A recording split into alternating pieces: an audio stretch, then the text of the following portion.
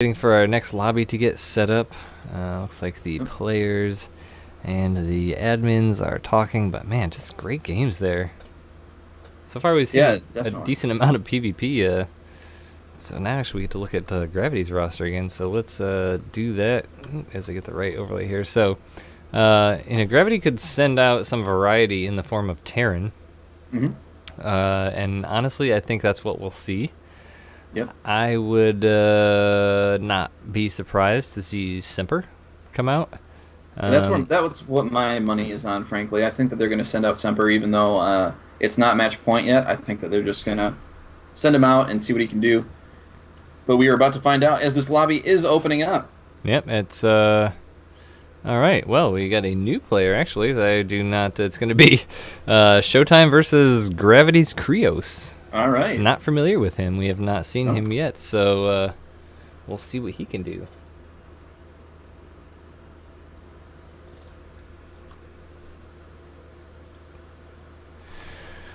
It is going to be on Star Station. Is that in the map pool? I believe so. Okay, just making sure. No, Krios ready. Showtime ready. Casters ready. And here we go. Starting on the countdown. 9, 8, 7. And you know the rest. As we go on to Star Station with Showtime and Krios. Krios is a Zerg. And Troy saying no, don't waste Semper. So obviously they're taking that. We'll have to see how this game goes. They are still ahead, so they don't want to get too crazy. As we are in the map. So in the upper right-hand corner for Team Gravity, the Zerg coming out to see what he can do against ESC's opponent. It is Krios. And in the bottom left-hand corner, playing very decisively last game with those Blink Stalkers, getting them upgrades and ultimately winning the game against Fiasco. It is Trouble, also known as Showtime. Now as I get all the things set up here, get our score going, it is going to be 3 for Gravity, 2 for ESC. So this is a fairly even match so far. Yeah. I mean, it was looking like it was going in Gravity's favor as Fiasco comes out, wins 3 in a row, but Showtime was able to take it out, and obviously he is a skilled player, so he could go just as on just as far of a winning streak himself. But we'll have to see what Krios has to offer. As you said before, we are not super familiar with this guy, so he could be bringing a bit of a wild card build to the match. Showtime may not be as familiar with him either, as he is sending out a probe right away after building that 9 pylon to see what's up. He's just going to find nothing but drones, which is probably exactly what he wants to see. That is exactly what you want to see. So then you don't have to scramble, but that pool is going down, and he does scout that timing out. Yes, that is going to be a 16 pool, so nothing too crazy there. I expect that Trouble will probably still put down, I keep calling back and forth, Trouble aka Showtime going to do a little bit of pokety at those drones there, not getting anything done, but see if he looks like, I think he's still going to put down the Nexus first. Because he's going to go and block. He's going to try and block this. Oh, he is. Likely to put down a pylon potentially if he really wants to commit to the block. But there's a nice radius of that patrol there, right inside the area of the hatchery. But Krios is doing a really good job of... Oh, he does get it down. He does get it down. Yeah, he was doing a good job of running back and forth within that circle and getting the hits right when the probe was walking by, so that probe did take some decent damage. And that Nexus for Showtime does go down, as well as the Forge at the expected location, so pretty standard from both these players so far. Yeah, the opening for Protoss here is definitely very standard, but where it varies is what we see out of this. I mean, I have not seen, Showtime did get beat by Nurchio this week in WCS. Not sure what exactly the caliber of Krios is, but we will soon find out. But, his PvP definitely seemed to be a bit stronger than his PvZ, so we'll see what he can do here against this opponent. His Gateway is coming down, Cannon coming down as well. And it's going to finish up about the same time as this. Actually, the Nexus is going to finish up a little sooner. But third base coming down for Krios. So this is a pretty similar build to what we saw out of Korean Air. Yep. Trouble does not actually see that third base, and just as I said that, he moves his probe over to scout it out, so now he is aware that it is 3 bases. Indeedy, and the Cybercore is not yet to be seen. Going down now, but that seems a bit late. I mean, he didn't have the money at the time, but... Yeah. Interesting. All right. Interesting indeed. So heavy droning coming out of Krios is what you would normally expect from a Zerg player going 3 hatch this early in the game. Lots of drones, and you know, Showtime is ahead in the worker count right now, 27 to 26. But Krios, given his leisure now in 3 hatcheries, is going to get ahead very quickly. Yep. And Showtime, you know, doesn't even have something plugging that hole. He is putting a zealot there as soon as it finishes, but very kind of lazily finishing that up. Seeing 3 bases, knowing that there's not really going to be any heavy Zergling offensive that can run in and get by that. I concur with that statement as we see the Stargate go down from Showtime. So we'll see what he's got up his sleeve, if it's similar to what the other player that did Stargate today. And see if he can get it done. But, you know, Oracle I don't like as much against Zerg. Some people do. Just requires a lot more micro because the queens, I mean, basically there's anti-air automatically at every Zerg base already. And Oracles can't really take that many queen shots as they're pretty squishy. They are. So we'll see what happens. But, I mean, if you got that, if you got DAT micro, DAT control, you can get all the things done. But it looks like it's going to be Phoenix, so...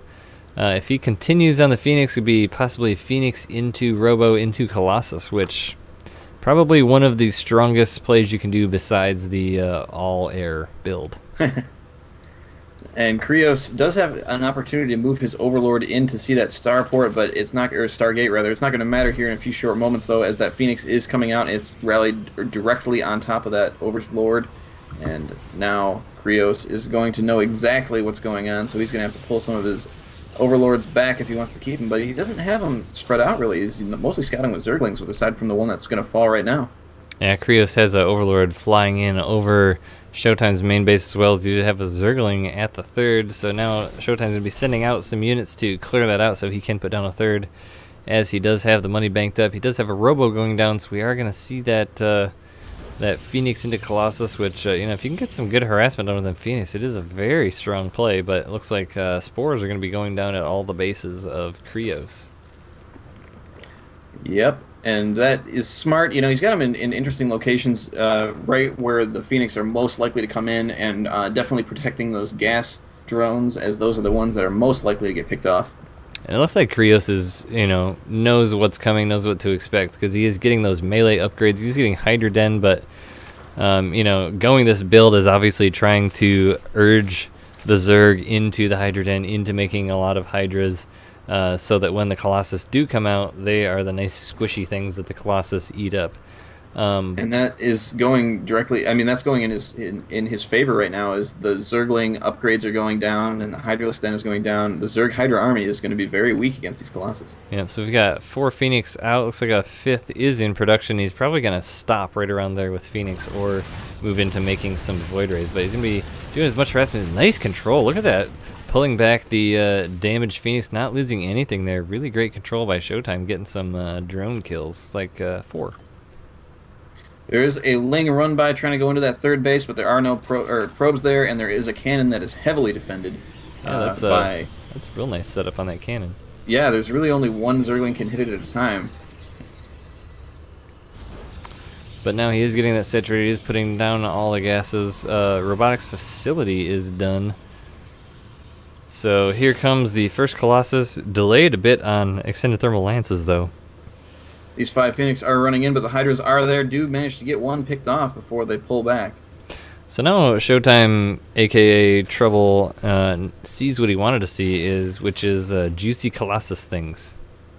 That's right, but Krios is pushing forward right now, and I don't see. Are there any Colossus out on the field just no, yet? there is one that's about half done. Thermal Lance has just started. This is the weakness of it, though, is this timing. As the Colossus are coming out, as units are starting to be produced, he does have a decent number of sentries and a few Immortals here, but those not so good against Hydras. And Spire coming down. So Krios is going to have to push right now if he wants to take advantage of that Colossus not being there. Nice Photon Overcharge. But that's just going to redirect Krios to the natural instead of the main, as that Zealot plug in the hole goes down. Nice force fields.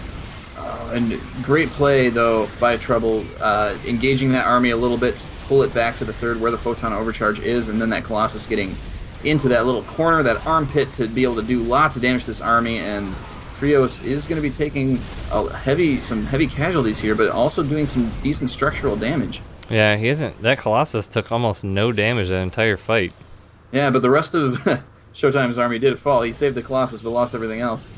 Yeah. And in the meantime, though, Krios has a lot of money saved up, and that Spire is about to finish, so he's going to be able to get some anti-Colossus things here very quickly. Well, I tell you what, I think he's going to go right for Mutas. I mean, look at the gas he's got banked up. He's going to have 900 to 1,000 by the time the Spire finishes, and Corruptors. All right, so glad I committed to that.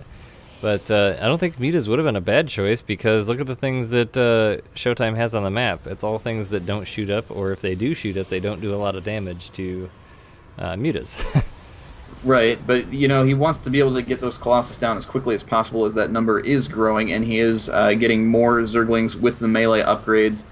So eventually he'll be able to get some Ultralisks to be the power force, but in the meantime, he's got all those Zerglings, getting those Corruptors. But the Phoenix are moving into that third base, getting a few drone kills as those Spore Crawlers have not quite finished. Yeah, there is an observer right over the army of Krios as well, so Trouble's going to know exactly when they start to move in. And, you know, as those Corruptors come up here to join this, it's going to really negate some of these Colossus. There's not a lot of Stalkers, and now just warping in a couple. And Void Rays, though, holy Void Rays. He does have 4 Void Rays, so that's going to really... especially if he targets those down, going to do a lot of damage to Corruptors, but it looks like Krios is getting ready to push it in. Yep, and he's trying to bait this army out and be able to get some hits with those Corruptors, but oh my gosh, all the Corruptors taking big damage from the Void Rays. But, 3, 2, and those aren't going to be able to get anything done. Krios is going to lose everything here. Wow, yeah, that's a great play. I mean, those, like I said, those Void Rays, with the Void Rays prismatic alignmenting and targeting the Corruptors, the Corruptors can't get any shots on the Colossus, because they're gonna, the AI at least, unless you target them, is gonna shoot the thing that's shooting them. And suddenly your original prediction is coming to fruition, as he is resupplying with huge numbers of Mutalisks, seeing that those Void Rays are there. Yeah, I mean, the army of Showtime here is gonna be a army that does not want to split up, that does not want to break up, because if they do, it's gonna be incredibly weak. So I think the Mutas are a great choice to, if nothing else, just kind of force Showtime to get out of his little defensive box here, which is really strong. I mean, really hard to break. But he's making... And frankly, with that number of Mutalisks, too, he can do a lot of harassment damage if he chooses to as well. Yeah, I mean, you get into a base, they kill a lot of probes real fast. Yeah, they take down cannons relatively fast, in low number of cannons, high numbers of Mutalisks, and sure enough, he is going to be moving around to try and do some damage, but they are spotted now. Yeah, I mean, he knows what's coming. Phoenix are in production. It's going to be a minute before the Phoenix get out, and he's not going to have the Phoenix range upgrade, but it looks like Krios is going to be moving them back to play defensively, as the push of Showtime here is a little bit more worrisome to him than getting some probe kills. But and that's definitely the smart move here. And also, the longer Showtime can delay these Mutas, the more Phoenix he can get. That is true, but at the same time, he is delaying the Infestation Pit, which is going down, and so we'll likely be seeing Hive happen here pretty soon. And here comes the big push by Showtime as he comes in. The Zerglings, walk through a bad spot, taking a lot of hits from those Colossus. And all the air is in the back dealing with the Phoenix and things. It looks like he's just going to let this base die. Yep, and I don't think he has much of a choice, and he's going to do a nice recall back to the third base and be able to defend. So, I mean, he did a great job there. That push negated a base, basically, for Krios, and that Colossus count's growing, the Void Ray count's growing, the Phoenix count's growing. All things that Krios needs to really worry about. But Krios continues to expand. He does have one hatchery that just finishes, and another one that is being made on the right side. So even though he lost a base, he is not down yet. Pathogen glands coming out for Krios as well, so we're going to see some Infestor play, it looks like, which is definitely not a bad choice. Yeah, I actually saw a game earlier this week, I believe it was in WCS, that was Infestor Broodlord. Oh no, and those flying units just go right into a bad situation. So many units lost there.